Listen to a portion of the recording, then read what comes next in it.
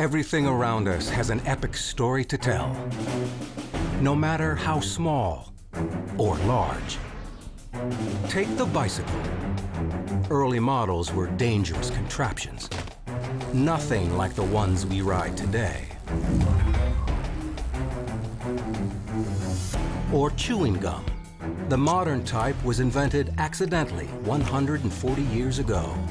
But we know now that gum has stuck around a lot longer than that. Even traffic lights. The first was installed in London in 1868.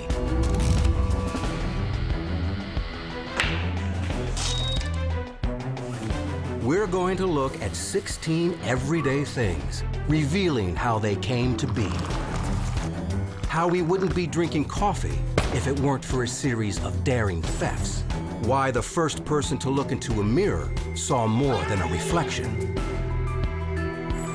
And how an invention as simple as string can change the world forever.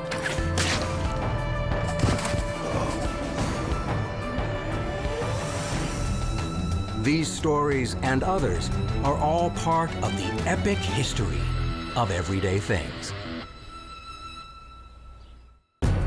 There are epic stories in everything around us and every place we go.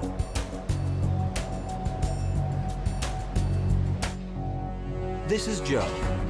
He doesn't know these stories and won't get a chance to learn them because today he will die.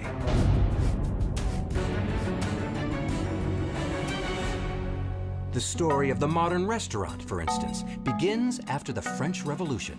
With the fall of the ruling class, personal chefs found themselves out of work. They opened eateries where all could be served food prepared by professionals. There are many more items of interest inside the restaurant. But the ones with the most amazing tales to tell are among the smallest.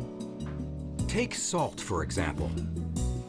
It is one of the most common minerals on Earth. So it may be a surprise that until recently, salt was very difficult to come by.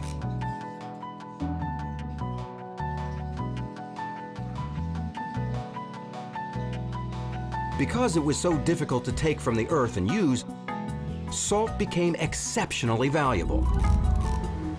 You can go from present-day life, where you have salt everywhere, to the rest of human history as of 100 years ago, when salt was almost impossible to come by. Because of the scarcity of salt and because of our dependence on it, it's been of strategic value since the dawn of time. Actually, the very first documented war ever fought was over salt in China, some several thousand years ago. Salt was such a precious commodity in many places that it was actually exchanged as a form of currency for people.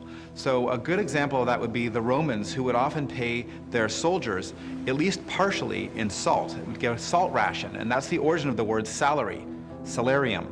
The Romans understood very early on that if they controlled salt production, they controlled an entire economy. It would be traded ounce for gold. A reminder of how rare salt used to be is still with us today in a ritual from the time of Christ. Few people now know why we throw salt over our shoulder.